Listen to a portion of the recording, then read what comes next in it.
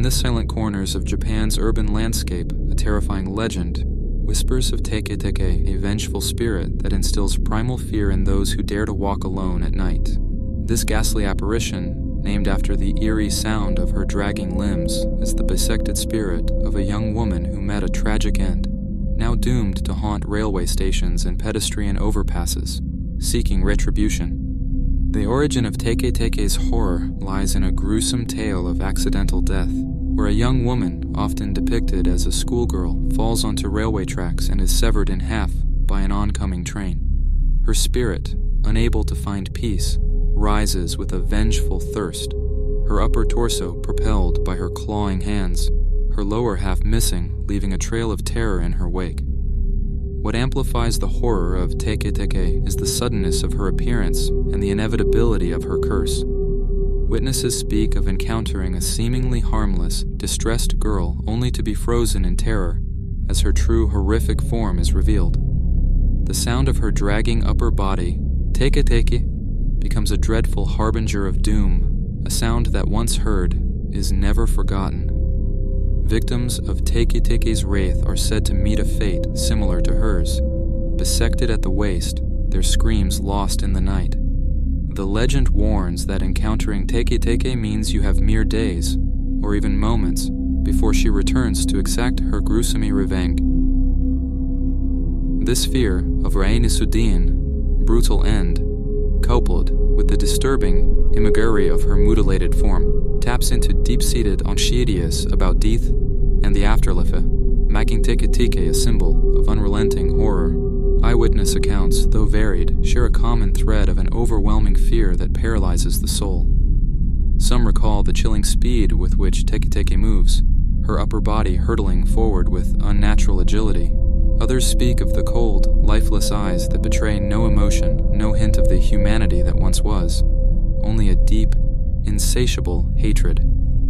The legend of Teke-Teke has been perpetuated through urban legends, horror films, and manga, each iteration adding to the lore, making her one of the most feared entities in Japanese folklore. The fact that her story is grounded in the plausible tragedy of accidental death lends it a chilling credibility, blurring the lines between fact and folklore.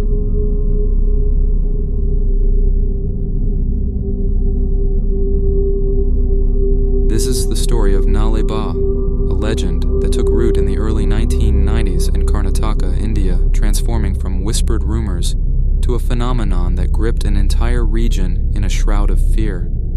The legend began in a small, unassuming village where the nights were punctuated by a peculiar occurrence. Residents reported a series of inexplicable knocks on their doors, gentle yet persistent, occurring with unnerving regularity each night. What set these incidents apart was the voice that often accompanied the knocks, a voice that could chillingly mimic those of loved ones, beckoning the occupants to open the door. As the phenomenon spread, panic ensued, giving rise to a tale that a malevolent witch, known in local lore as a prete, was behind these occurrences. According to the legend, this witch roamed the streets after sunset, seeking entry into homes to claim the souls of those within. The only defense, as discovered by the terrified villagers, was to write Nalabe on their doors, translating to, "Come tomorrow." This simple phrase was believed to confuse the spirit, compelling her to return the next night, thus sparing the occupants from her malevolent intentions. The origin of this legend is shrouded in mystery, with some speculating that it stemmed from a cultural memory of historical events, perhaps dating back centuries, when plagues or invasions prompted villagers to isolate themselves, using signs or symbols to communicate messages of safety or danger. Skeptics and believers alike were drawn to the story, with reports numbering in the hundreds. The phenomenon became so widespread that Nalaba Day is observed annually on April 1st by some, a testament to the enduring legacy of the legend. In the end, the Nalaba legend serves as a mirror, reflecting our innate fears and the lengths to which we will go to protect ourselves from the unknown. It is a reminder of the power of stories and how they can shape our perceptions, our actions, and ultimately our realities.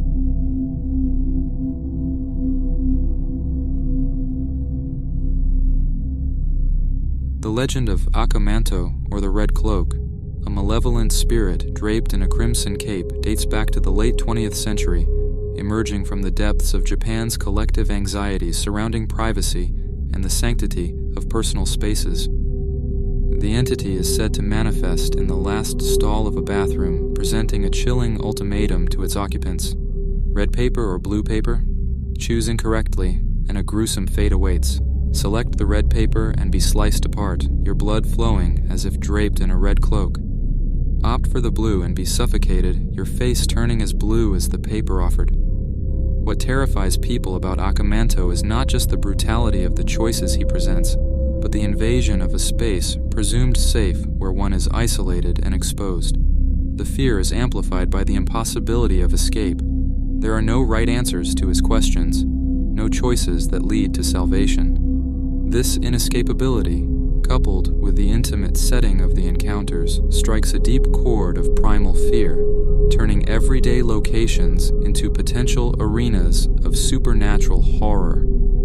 Eyewitness accounts, though varied, share common threads of terror, reports of an oppressive aura filling the space, a sudden drop in temperature, or the appearance of a masked figure adorned in red. These testimonies, often shared on online forums and in hushed conversations, contribute to the legend's mystique, blurring the lines between reality and the supernatural.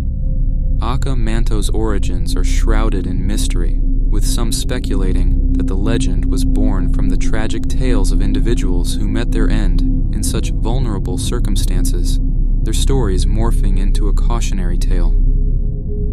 Others see Akamanto as a manifestation of the cultural fear of shame and dishonor, symbolized by the red and blue papers, colors traditionally associated with luck and misfortune in Japanese folklore.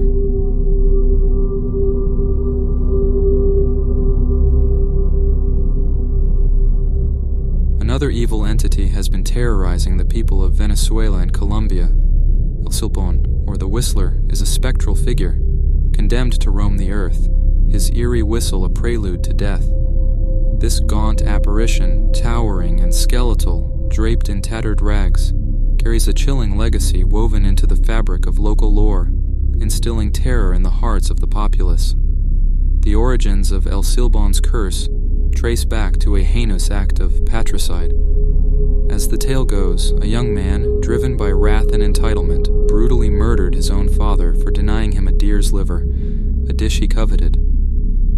The young man's grandfather, upon discovering the atrocious deed, exacted a grim punishment, who set the hounds upon the boy, cursing him to carry the bones of his father in a sack and wander the plains endlessly. The whistly, a haunting melody of 6 notes, mimics the scale used in a traditional folk song, signifying the approach of El Silbón and, with it, an omen of doom.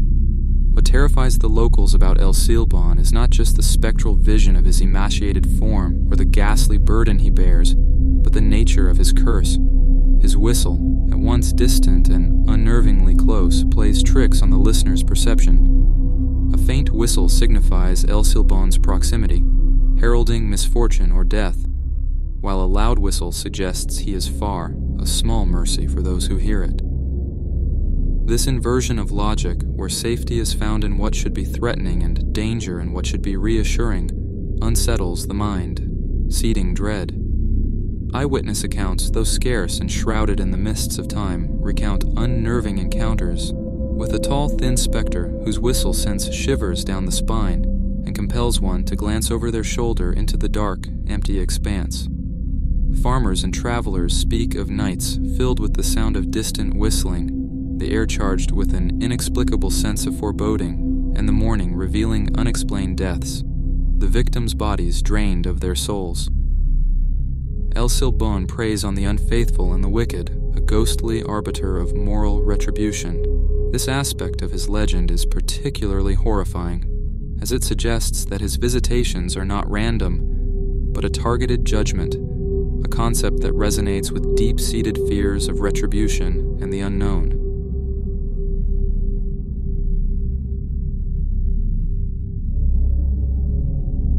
In the dense, shadowed forests of Missouri, a legend stirs. one that has captured the imaginations and fears of locals for decades. Momo, the Missouri monster, is a creature of nightmare, an enigmatic beast that roams the wilderness, its presence marked by a chilling howl that echoes through the trees, leaving a trail of unease and terror in its wake. The genesis of Momo's legend is rooted in a series of unsettling encounters in the early 1970s near the small town of Louisiana, Missouri. Described as a towering, hair-covered beast with a large pumpkin-shaped head and glowing red eyes, Momo was not just a figure of the shadows, but a tangible terror for those who claimed to witness its ghastly form. The creature was said to emit a foul stench, a mix of rotting meat and decaying vegetation, a scent so overpowering it heralded its arrival and left those who smelled it gagging and terrified. What terrified people most about Momo was its aggressive nature. Unlike other cryptids that shy away from human contact, Momo was bold, often coming alarmingly close to homes and leaving behind a trail of physical evidence. Large, three-toed footprints and mutilated animals, their bodies torn apart with savage brutality. The sheer physicality of these encounters, coupled with the inexplicable nature of the beast, ignited a wave of fear that swept through the community. Eyewitness accounts from the time describe an overwhelming sense of dread that accompanied sightings of Momo. Families spoke of huddling inside their homes, doors locked and windows barred, as an eerie silence descended, broken only by the occasional distant howl of the beast. The atmosphere was charged with of palpable tension. A collective breath held in anticipation of an encounter with the unknown. The Legion of Momo gained further traction with the media's involvement, drawing thrill seekers and monster hunters to the area, each eager to catch a glimpse of the Missouri monster. Yet, with each passing year, the legend of Momo evolved, transforming from whispered tales of a lurking beast to a symbol of the primal fear of the wild, the unknown lurking just beyond the safety of our homes. Subscribe for more scary videos and press the like button if you enjoyed.